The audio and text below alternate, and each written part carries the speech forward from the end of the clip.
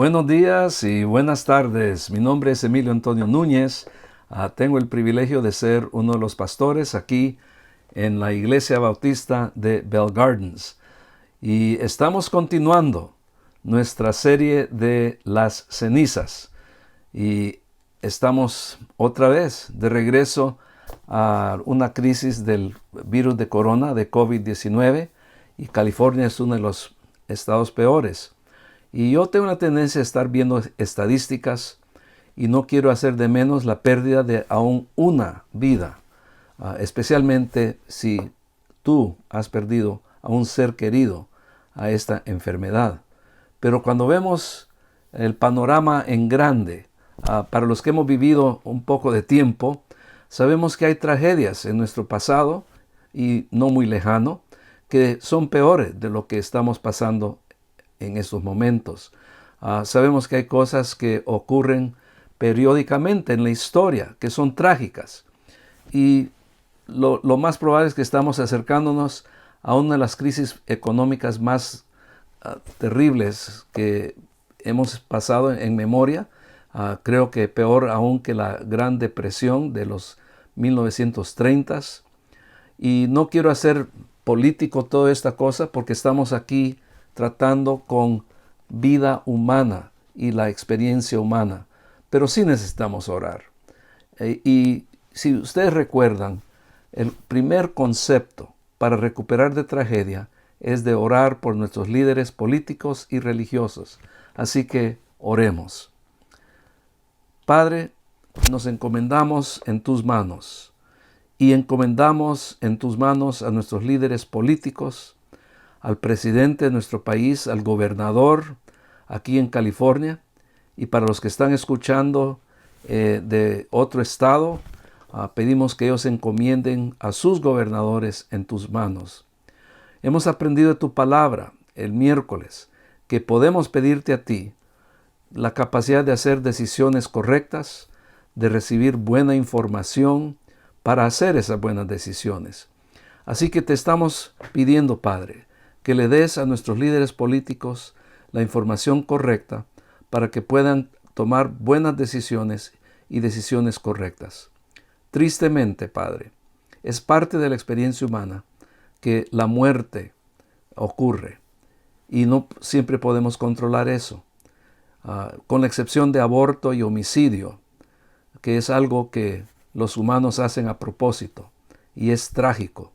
Pero en términos de enfermedad, accidentes, guerra, todas esas cosas en las cuales nunca podemos decir cuántas personas van a morir, en un sentido eso está fuera de nuestro control.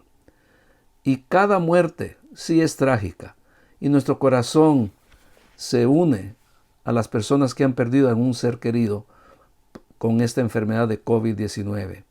Y no queremos hacer menos de eso, pero también hay personas que han perdido a seres queridos, a otras enfermedades, otras circunstancias, y estamos pidiéndote que tú les traigas aliento a toda persona que ha perdido a un ser querido por cualquier causa. Y para nosotros que somos responsables de llevar a cabo tu mandato, de ir y hacer discípulos de Cristo Jesús, de ir al mundo y hacer discípulos, estamos confiando en ti, el que está edificando la iglesia. Y te estamos pidiendo que tengamos valor, sabiduría y la capacidad de hacer buenas decisiones, de tener buena información para tomar esas buenas decisiones, de saber exactamente qué es lo que tú quieres que nosotros hagamos para llevar a cabo tu mandato de no dejar de congregarnos, de hacer discípulos. Y tú sí nos has dado ese mandato como parte de lo que significa seguir a Cristo Jesús. De no dejarnos de congregar, de continuar reuniéndonos, animándonos los unos a otros, exhortándonos los unos a otros a buenas obras y amándonos unos a otros. Y de llevar a cabo las tareas que tú tienes para nosotros. Así que, Padre, pedimos que tu palabra nos hable en este día. En el nombre de Jesús. Amén. Bueno, este libro creemos es la palabra de Dios. Y nuestro compromiso es que todos los días con mis ojos la voy a leer o escucharla con mis oídos. Con mi mente la voy a estudiar y con la ayuda del Espíritu Santo la voy a comprender. Con mi voluntad y el poder del Espíritu Santo la voy a obedecer, la voy a practicar. Y con mi palabra, con mi boca y mi vida la voy a compartir con otros. Así que todavía estamos en el tema de las cenizas, porque en Lamentaciones vimos la destrucción del templo y vimos en los libros históricos de Esdras y Nehemías lo que se requiere para recuperarnos de tragedia, en este caso la tragedia de la destrucción del templo.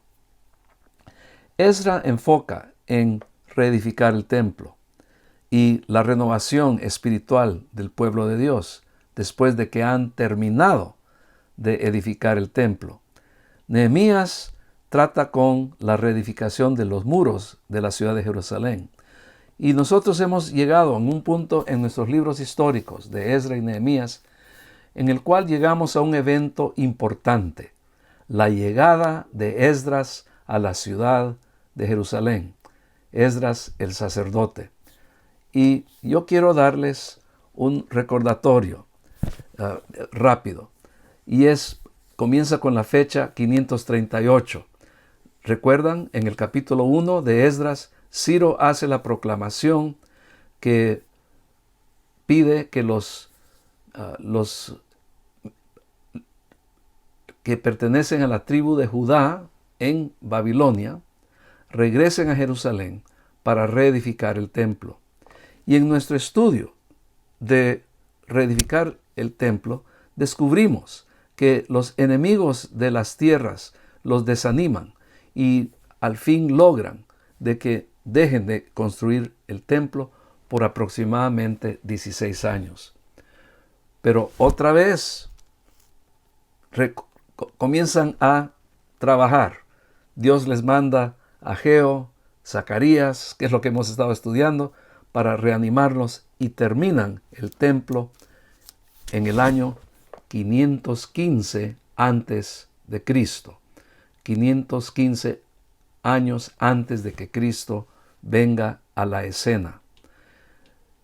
Entonces, del capítulo 6, cuando terminan el templo, hasta la llegada de Esdras, transcurren aproximadamente 57 años.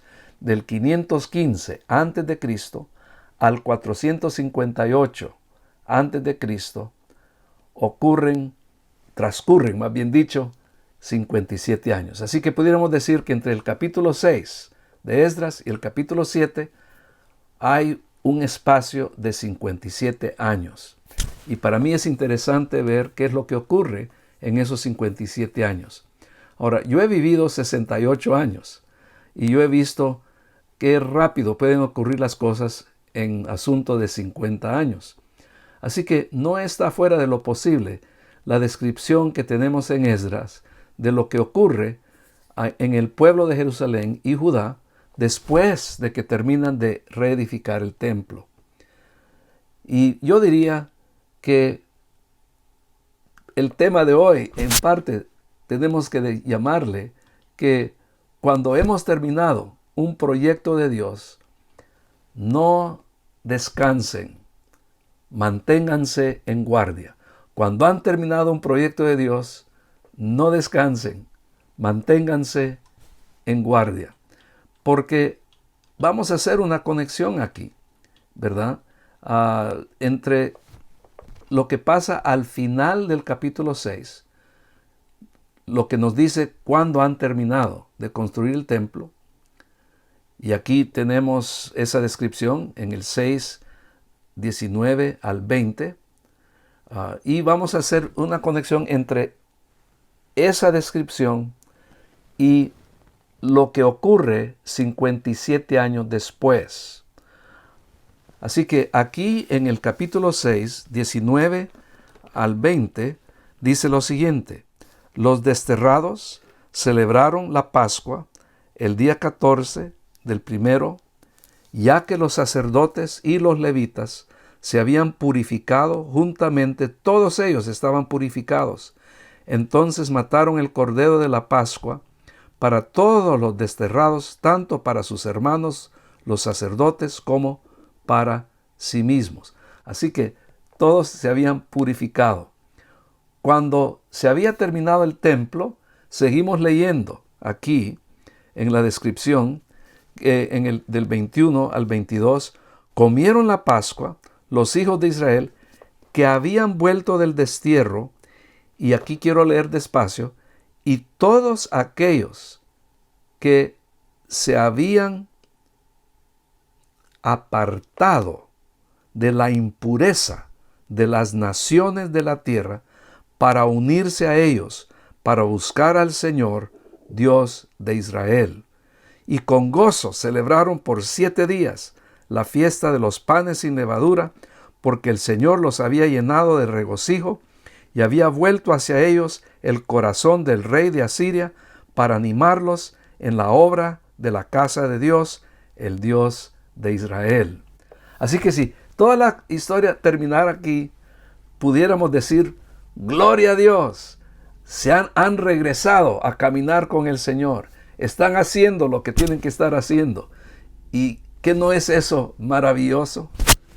Pero ustedes saben, yo he vivido suficientemente tiempo para ver que movimientos comienzan con gran fervor, con gran entusiasmo, y la primera generación siempre están con ese empuje y están apoyando y están entusiasmados, están comprometidos. Y la primera generación están con esa emoción de lo que están haciendo y de lo que están participando. Pero después, esa primera generación tienen hijos y tienen nietos.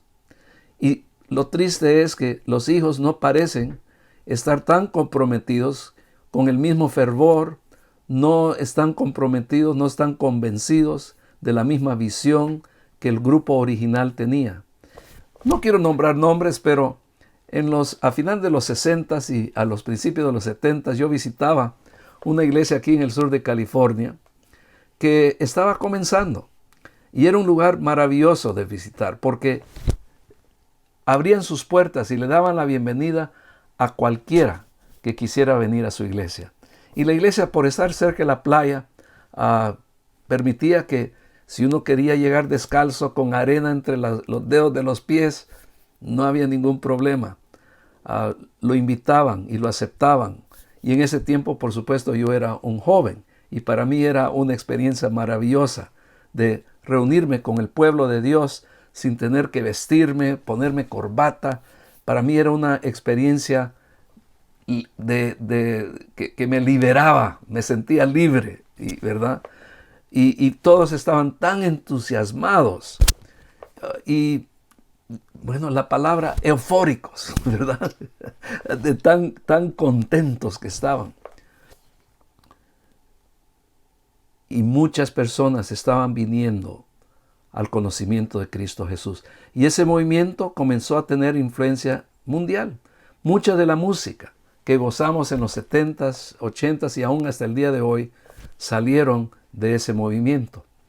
Bueno, lo interesante para mí es que yo visité esa misma iglesia muchos años después, y todavía existe, y me sorprendió, y porque Dios todavía está ahí usando ese ministerio, pero había un cambio, y el cambio principal no era de que la primera generación había perdido entusiasmo.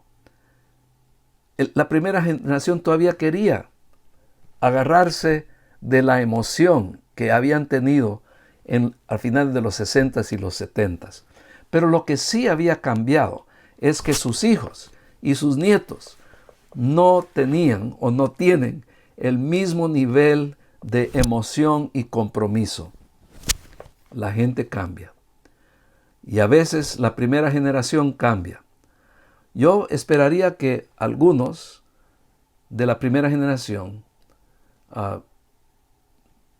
quizás se han apartado, pero que mi esperanza es que la mayoría todavía estén siguiendo al Señor fielmente. Y yo creo que esa es la realidad. Ojalá que la mayoría de esa primera generación se han mantenido fieles al Señor y están siguiendo fielmente al Señor. Así que Dios ha usado ese ministerio en una gran manera y creo que todavía lo está usando.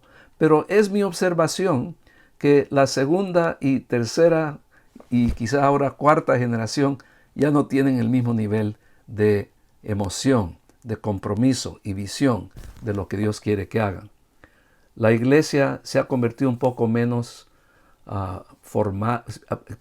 se ha convertido un poco más formal y las personas no necesariamente usan corbatas, aunque algunos sí. No que el usar o no usar corbata es cosa mala.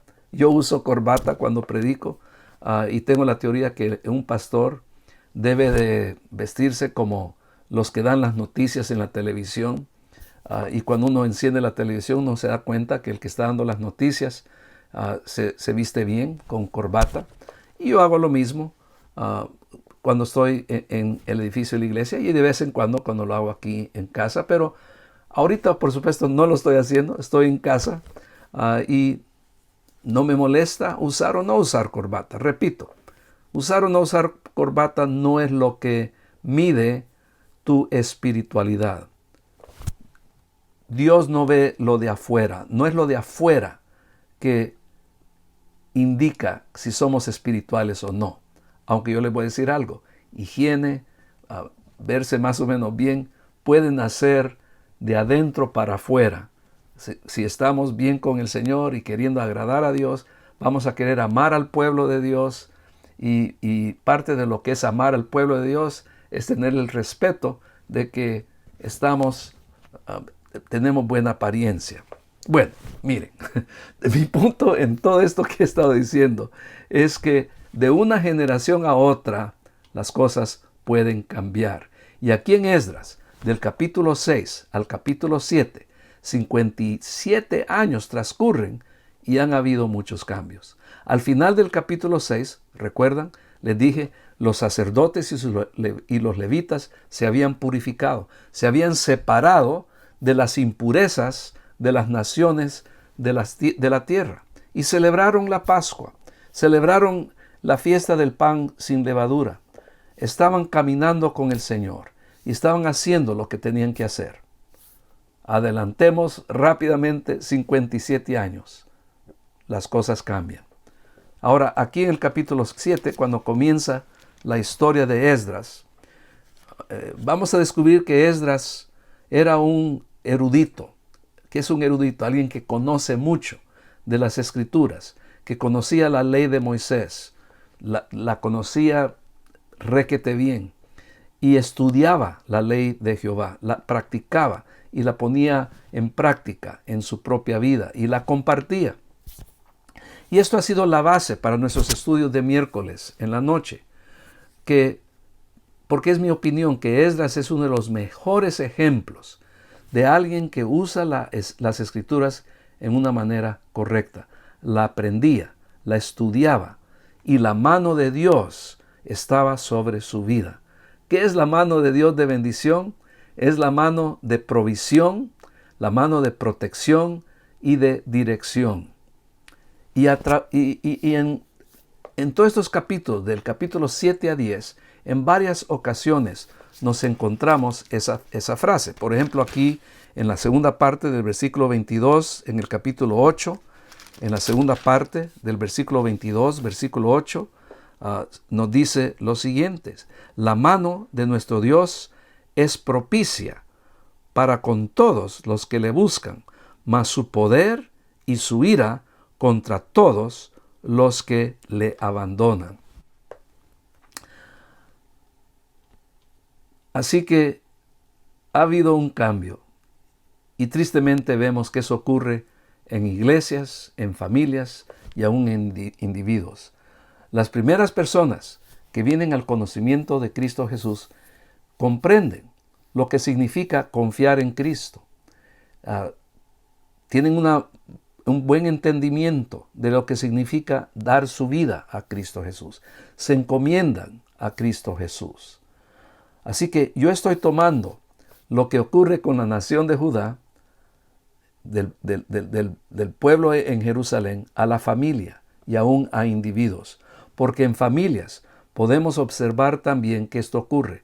Los hijos de pastores, los hijos de misioneros, y ocurre en familias en general, en los que son seguidores de Cristo, que sus hijos ya no tienen el mismo compromiso con Cristo Jesús como sus padres. Y ya no están, aún a veces ni tienen fe en Cristo Jesús.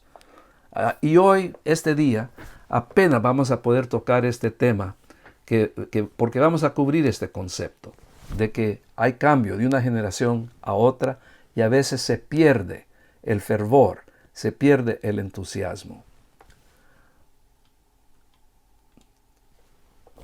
Nuestros 4 capítulos de Esdras que nos quedan, en realidad es la historia de cómo Dios trae a Esdras a Jerusalén para promover renovación espiritual. Renovación espiritual. Y esto es algo que nuestro país necesita. Necesitamos renovación espiritual. Necesitamos reedificar la estructura de nuestras familias, de nuestras vidas, las estructuras de nuestras iglesias, porque sí necesitamos cambiar el cómo hacemos iglesia. Pero todavía necesitamos hacer iglesia y hacerlo como Dios quiere que lo hagamos. Dios obrando por medio de nosotros. Pero a pesar de que queremos cambiar la mecánica y la estructura, también tenemos que cambiar nuestro corazón. Y tenemos que mantener nuestro corazón, nuestro espíritu, sintonizado con lo que Dios quiere hacer con nosotros. Así que aquí en Esdras tenemos una comprensión, un entendimiento de que Dios ha traído a Esdras para una renovación espiritual. Ahora, a propósito, yo creo que Esdras, cuando sale de Babilonia, no está completamente consciente de eso. Se nos dice algo interesante al principio del capítulo 7, porque Artajerjes es ahora el rey de Persia. Y en Esdras 7:1 se nos dice que Esdras, aquí lo vamos a leer, después de estas cosas, en el reino de Artajerjes, rey de Persia, subió Esdras, hijo de Seraías, hijo de Azarías, hijo de Hilcías. Y se nos da una genealogía, después de estos versículos, terminando en el versículo 5, que confirma que Esdras es hijo de Aarón, el sumo sacerdote. Y por lo tanto, él tiene el derecho, Esdras tiene el derecho de ser reconocido como sacerdote, así como Josué o Jesúa en la parte inicial de nuestra historia en Esdras, en los primeros 6 capítulos. Pero recuerden, Josué ya no está aquí. 57 años han transcurrido entre los capítulos 6 y 7 y mucho ha cambiado. Y nosotros vamos a ver que no todos los cambios han sido buenos, pero una cosa buena ha ocurrido al final del capítulo 6. El templo se ha edificado. En ese punto, en ese momento de tiempo, los sacerdotes se han purificado y han celebrado la Pascua. La frase clave para mí es en el versículo 21 del capítulo 6. Comieron la Pascua los hijos de Israel que habían vuelto del destierro y todos aquellos que se habían apartado de la impureza de las naciones de la tierra para unirse a ellos, para buscar al Señor, Dios de Israel. Así que tenemos un grupo de personas comprometidas al final del capítulo 6, después de haber reedificado el templo. Y ahora llegamos al capítulo 7, 57 años después, y Esdras está saliendo de Babilonia para ir a Jerusalén. Pero primero tenemos que tener una descripción breve de su viaje y del propósito, bueno, el resultado de su viaje. Y esta descripción la encontramos en Esdras capítulo 7, de los versículos 6 al 10. Ahora, cuando yo era profesor en la Universidad de Biola, cuando yo estaba dando clases de hermenéutica a los estudiantes de primer año, yo les asignaba este pasaje. ¿Qué es hermenéutica? Es el estudio de cómo leer y cómo interpretar la Biblia correctamente. Y yo les asignaba este pasaje, Esdras 7, 6 al 10.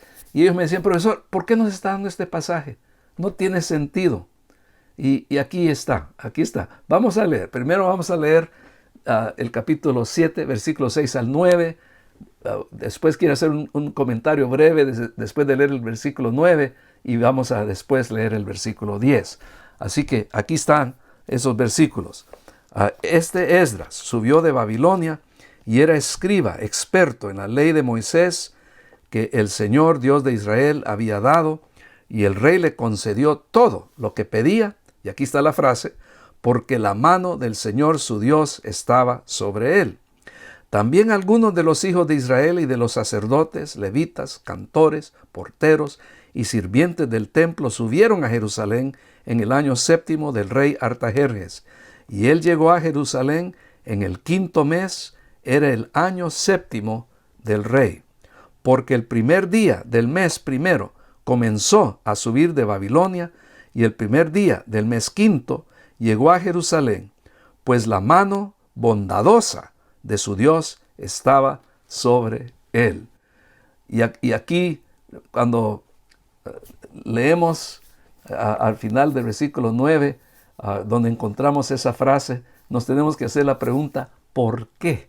¿Por qué estaba la mano bondadosa de bendición sobre la vida de Esdras? Y el versículo 10 nos contesta el por qué la mano de Dios estaba sobre él.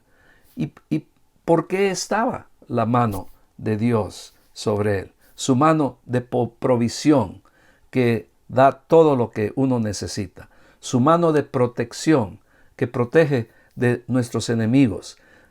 Y hemos estado hablando de los enemigos, ¿verdad? Su mano de dirección, de guiar, que nos lleva a donde Él quiere que vayamos. Y Esdras ha estado buscando la voluntad de Dios para su vida. Y la razón que la mano de Dios está sobre él, encontramos la respuesta en el versículo 10. Ya que, ¿por qué estaba la mano de Dios sobre él? Ya que, o porque Esdras había dedicado su corazón a estudiar la ley del Señor y a practicarla y a enseñar sus estatutos y ordenanzas en Israel. Así que ahí tenemos la respuesta. Él estaba estudiando la palabra de Dios, la estaba obedeciendo y la estaba compartiendo con otros. Así que Esdras está en camino a Jerusalén. Dios había puesto en el corazón de Esdras que él tenía que ir. Y más adelante, y vamos a brincarnos un par de cosas para tener el panorama general, llegamos al versículo 27 del capítulo 7 y vemos lo que yo creo que está en la mente de Esdras como el propósito para su viaje, ¿verdad? Esdras está tomando en cuenta que el rey lo está mandando con una misión que tiene que ver con adornar el templo. Miren lo que dice el versículo 27. Bendito sea el Señor, Dios de nuestros padres, que ha puesto esto en el corazón del rey para embellecer la casa del Señor que está en Jerusalén. Yo creo que Esdras considera que Dios ha usado al rey para que Esdras vaya a Jerusalén para embellecer el templo. Posiblemente hay cosas que todavía hacen falta 50 años, 57 años después. O posiblemente después de 57 años se necesita algo de reparación. Saben, el edificio donde nuestra iglesia se reúne, después de unos 20 años de estar ahí, una de las paredes comenzó a desarrollar una rajadura ahí y bueno, recientemente hemos reparado esa pared completamente. Fue para nosotros un proyecto mayor. Y a lo mejor después de 57 años hay cosas que hacen falta en el templo. Pero por lo que acabamos de leer aquí en el capítulo 7, versículo 27, yo creo que lo que Esdras piensa es que Jerusalén necesita un sacerdote. Yo soy sacerdote, dice Esdras, soy hijo de Aarón. Voy a ir allá para embellecer el templo y cuidar el templo como sacerdote. Ahora, posiblemente le haya llegado palabra de que otras cosas habían ocurrido. No sé. Vamos a ver el texto con más cuidado para descubrir si eso es cierto o no. Pero si encontramos esa expresión, la buena mano de Dios estaba sobre él y el rey le dio lo que él necesitaba y lo que él quería y le ordenó que regresara a Jerusalén para embellecer, para adornar la casa de Dios. Ahora, cuando él llega allá, nos vamos a adelantar al capítulo 9, aquí de Esdras. Cuando él llega allá, está ahí por unos pocos días. Vemos que él repite la genealogía que se ha dado a principios del libro de Esdras. Y le da la plata y el oro que el rey le ha dado a la tesorería. Y llegamos al capítulo 9 y vamos a ver aquí que sí hay un problema. Y aquí es donde vamos a terminar hoy. Vamos a ver el problema. El próximo domingo vamos a ver cómo se soluciona el problema. Y a veces los problemas requieren soluciones traumáticas, acciones severas y traumáticas. Así que vamos al capítulo 9 y vamos a ver qué es el problema que existe ahí en Jerusalén. Recuerden, 57 años han transcurrido desde el capítulo 6. Así que aceleramos al capítulo 9 y leemos el primer versículo del capítulo 9. Y acabadas estas cosas, se me acercaron los príncipes diciendo: el pueblo de Israel, los sacerdotes y los levitas no se han separado de los pueblos de la tierra y sus abominaciones de los cananeos, hititas, fereceos, ebuseos, amonitas, moabitas, egipcios y amorreos. ¿Y en qué manera no se han separado de los pueblos de las tierras? ¿En qué manera? Recuerden, al final del capítulo 6, el versículo 21, nosotros leímos lo opuesto. Leímos que aquellos se habían apartado de la impureza de las naciones de la tierra. Ahora, en contraste, aquí en el capítulo 9, vemos que los levitas, el pueblo de Israel, los sacerdotes, no se han separado de los pueblos de las tierras. ¿Y en qué manera es que esto ha ocurrido? El versículo 2 nos responde a esa pregunta. ¿Qué es lo que dice el 2? Sino que han tomado mujeres de entre las hijas de ellos para sí y para sus hijos, y el linaje santo se ha mezclado con los pueblos de las tierras. Es más, la mano de los príncipes y de los gobernantes ha sido la primera en cometer esta infidelidad. Los líderes espirituales nombrados en el primer versículo, los líderes políticos nombrados en el segundo versículo. Yo lo que creo es que alguien ha dejado de orar por los líderes políticos y los líderes espirituales. Y recuerden que después de ese de esa interrupción de 15, 16 años en la construcción del templo, en los primeros 6 capítulos, cuando Dios tiene que mandar a Ageo y Zacarías. Recuerden que ellos también habían perdido enfoque, habían dejado de construir el templo y habían comenzado a enfocarse en sus casas, a adornar sus casas, a proveer por sus familias. No son cosas malas. De mantener la paz con los pueblos de las tierras alrededor de ellos. Habían comenzado a ensuciarse. Y Dios les había mandado a Ageo y Zacarías y básicamente les habían dicho, se tienen que separar de estos pueblos, los enemigos de Dios, y necesitan enfocar en lo que Dios quiere que ustedes hagan. Así que aquí estamos 57 años después que el templo ha sido edificado, reedificado, y hay una necesidad para renovación espiritual. ¿Y cuál es la reacción de Esdras?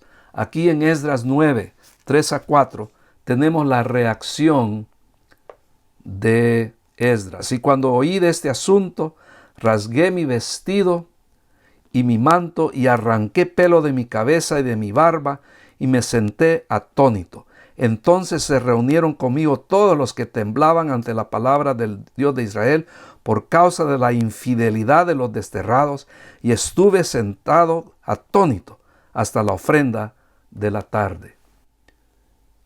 Y cuando leemos el versículo 5, también vemos la reacción. Pero a la hora de la ofrenda de la tarde me levanté de mi humillación con mi vestido y mi manto rasgados y caí de rodillas y extendí mis manos al Señor mi Dios. Y aquí tenemos una oración de Esdras. Y no vamos a entrar en eso ahorita, pero sí queremos terminar hoy con una advertencia. Podemos terminar algo bello, algo maravilloso, pero no es suficiente terminar un proyecto, especialmente cuando es un proyecto de Dios. Necesitamos continuar manteniéndolo. Tenemos que estar alertas a los enemigos.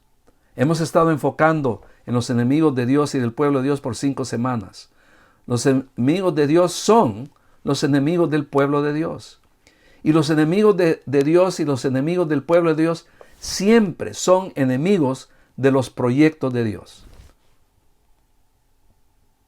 Por favor, tengan en mente lo que los enemigos de Dios son capaces de hacer.